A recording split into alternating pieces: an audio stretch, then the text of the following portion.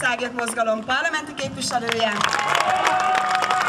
és dr. Gyüre Csaba, a Jobbik Magyarországért mozgalom nyíregyházi polgármesterjelöltje, országgyűlési képviselő és az Alkotmányügyi Bizottság alelnöke.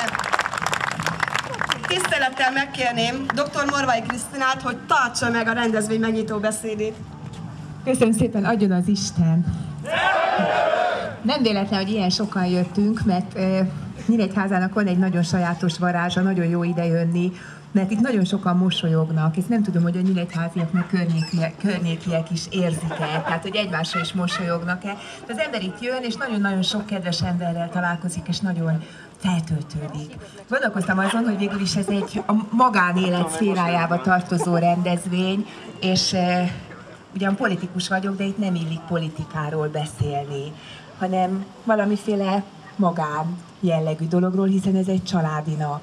Aztán rájöttem, hogy mindaz, ami most a világban fontos, a két egymásnak küzdők, ez tulajdonképpen abszolút a magánéletről is szól. Tehát ami ma politika, az a magánéletnek egészen a csontjáig, a velejéig hatol. És hogy pontosan az van veszélyben, amiről egy ilyen családi ünnepség, családi együttlét, közösségi, baráti együttlét és lecsófőzés szól. Tehát a nagy különbség az emberképben van, hogy milyen emberképben gondolkodik a barátaink, akikre remélem, hogy majd önök szavazni fognak harmadikán a helyhatóságokban. Ez az emberkép, amiért mi harcolunk, abból indul ki, hogy az ember közösséghez tartozik. Hogy egyedül lenni nem jó. Hogy nem jó folyton a másikkal versenyben lenni, folyton a másikat leküzdeni akarni, nem jó valami légüres térben magányosan, individumként egyedül lenni, hanem közösséghez tartozunk. Barátságaink vannak, családunk van, település, amihez tartozunk, egyház, közösség. És ennek a jelképe is, meg a megvalósulása az, hogy most itt vagyunk. Ugye egy családi napon, egy vidám rendezvényen nem illik mondjuk José Manuel Barroso-t, az Európai Unió főbiztosát idézni, mert hogy ez olyan unalmas, meg száraz. De mégiscsak, amiről ő például a múlt héten beszélt, megdöbbentő módon, és abszolút a szemünket kinyitó módon, az pont arról szól, amiért mi most együtt vagyunk, és ami idehozott bennünket. Pont annak az ellentéte. Mi azért vagyunk együtt, mert úgy érezzük, hogy a kapcsolódás, az emberek egymáshoz való kapcsolódása, ez egy fontos dolog, hogy minden jó, ami az életben történik, az emberek szívének az egymáshoz való kapcsolódásából történik. Mi azt gondoljuk, hogy nagyon fontos az, hogy közösséghez tartozhatunk, hogy nemzethez tartozhatunk, és amiért ők harcolnak, az pedig az, hogy mindezt megszüntetni, mindezt elfelejtetni az emberekkel. Az a folyamat, ami most a világban van, és ezt főleg azóta érzem, amióta egy éve az önök jóvoltából az Európai Parlamentben ezeket a folyamatokat láthatom, arról szól, hogy elvonni a nemzetektől az önrendelkezési jogot, elvonni a közösségektől, az emberektől azt a jogot, hogy ők maguk dönthessenek helyben, a saját országukban, a saját településükön, a sorsukról, és mindezt központosítani oda Brüsszelbe, meg valamiféle világhatalmi központokba, ahol láthatatlan, ellenőrizhetetlen, meglehetősen korrupt és nagy üzleti csoportok által befolyásolt személyek döntenek helyettünk. Barroso beszédére utaltam, két elemet emelnék ki belőle, Bélával együtt elég döbbenettel hallgattuk. Az egyik, illetve hármat. Az egyik, hogy vannak ugyan bajok az Európai Unióban, de minden baj csak azért van, mert vannak még olyan nemzetek, olyan tagállamok, amelyek önállóskodni próbálnak, mondta ezt Barroso az Európai Unió részéről.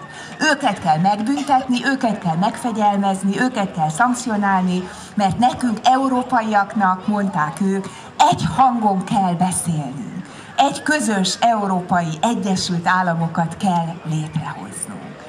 Ezt eléggé megbotránkozva hallottuk, és főleg megbotránkozva látjuk azt, hogy magyar képviselőtársaink is ott ülnek, és a nagy pártokkal együtt, ahova tartoznak, szépen bólogatnak. Mi igyekszünk ugye mindenféle jelképes módon is kifejezni az ellenkezésünket.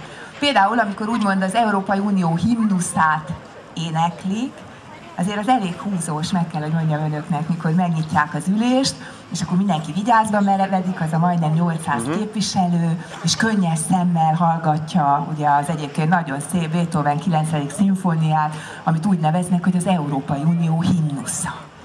És képzeljék el, mi vagyunk azok, akik ülve maradunk. Mi szépen ülünk a helyünkön, mert mi azt mondjuk, hogy himnusza, az csak egy nemzetnek lehet. És igenis valahogy ki kell fejezni a tiltakozásunkat, a szembenállásunkat, a birodalomépítő törekvésekkel, a hatalomkoncentrációval szemben.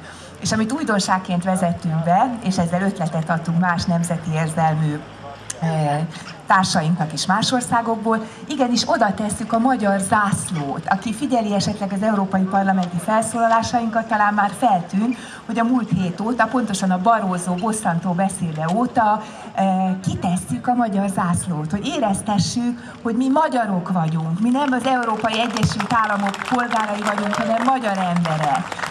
És oda mentünk a többi nemzeti radikális párt képviselőjéhez, franciákhoz, angolokhoz, és így tovább, és megpróbáltuk meggyőzni őket, hogy tegyék ők is ezt. És nagyon nagy büszkeség, még Bélával ezt nem is beszéltük át, de nekem például az, hogy most már, hát hány éves Le Pen úr, most volt valami évfordulója, de hát mennyi? 80 év feletti Le Pen úr, a nemzeti radikálisok atya is tőlünk tanult, és azt mondja, hogy jó, tényleg, miért ne, kiteszi a francia zászlót. És most ott van Le Pen előtt is a francia zászló, ott van az osztrák szabadságpárt képviselő előtt az osztrák zászló, tehát elkezdtünk valamit magyarként, ami hagyományt teremtett a nemzeti radikálisok között az Európai Unióban. Mi volt, ami még nagyon fölbosszantottuk magunkat? Azt mondta Barroso, hát kétségtelen van munkanélküliség Európában, de ez elsősorban maguknak a munkanélkülieknek tudható be, mert nincs bennük elég rugalmasság. Ha elég rugalmasak lennének, akkor mivel van az Európai Unióban összesen 4 millió munkahely, hát fognák magukat és elmennének valahova máshova dolgozni Európában.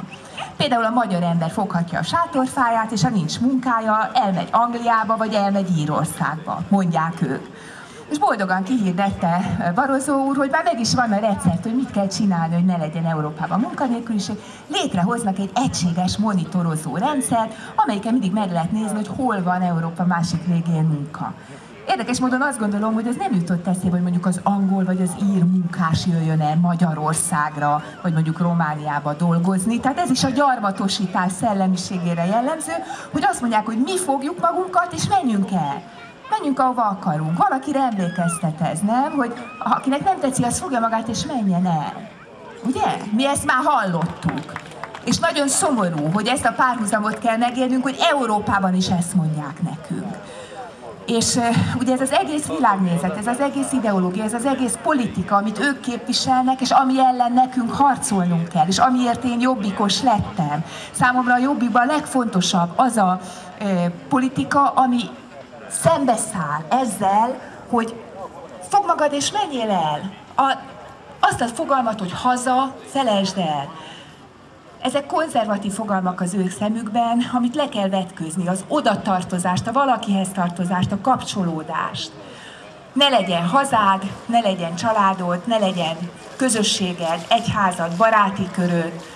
Ezeket égest föl, ezeket a gyökereket, és menjél el a világ másik végére, dolgozzál ott. Ez az a szellem, amit ők képviselnek. Ezt kell világosan látnunk, és ezzel szemben kell megnyilvánulnunk, és ez ellen kell harcolnunk. Vagy azt mondta például, hogy a gazdaságban, az európai gazdaságban a legmeghatározóbb a kis- és középvállalkozások szektora. Biztos önök között is van sok kisvállalkozó. És ezek azért nem olyan boldogok, ezek a kisvállalkozók nem olyan sikeresek, mondta Barroso úr, megint csak ugye ők a hibásak, mert nem elég rugalmasak. Mindössze az európai kisvállalkozások 8%-a él azzal a lehetőséggel, hogy használja az egységes európai piacot. és a 92%-uk pedig mondta mély megvetéssel, és megtapsolták a többi pártok képviselői, csak a saját határain belül akar vállalkozni. Hát ez felháborító, ezen változtatni kell. Ugye mit üzen ezzel? Azt, hogy ne legyen olyan, hogy például egy kétszemélyes családi papírírószer üzlet, ahol bemegy a vevő, és ugyanúgy, mint ahogy itt mi beszélgetünk egymással, a szemében nézhet az eladónak, a tulajdonosnak, megkérdezhet, hogy mi újság, hogy fölcseperedett már gyerek. Tavaly is itt vettük a füzeteket, most is itt vettük, hogy vannak, mint vannak, és ugye kölcsönösen egymásra találnak, mert egy családnak megfelelő megélhetése van abból a kis vállalkozásból, és a vevő is jól érezheti magát, és esetleg magyar árut vehet, és így tovább. Vagy egy kis sarki fűszeres, vagy egy piac, ahol megveszi a helyben termelt élelmiszert, ők ezt mind szeretnék ledózerolni, megszüntetni.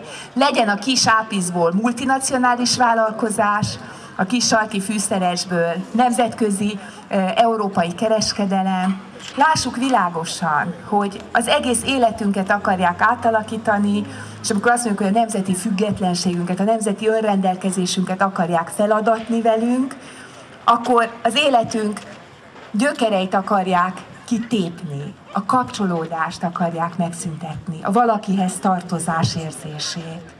Azt akarják, hogy gyökértelenül, magányosan éljük az életünket valahol a világban, világpolgárként, mert így leszünk irányíthatóak, így leszünk alávethetőek, így leszünk gyarmatosíthatóak, és ez ellen kell harcolnunk.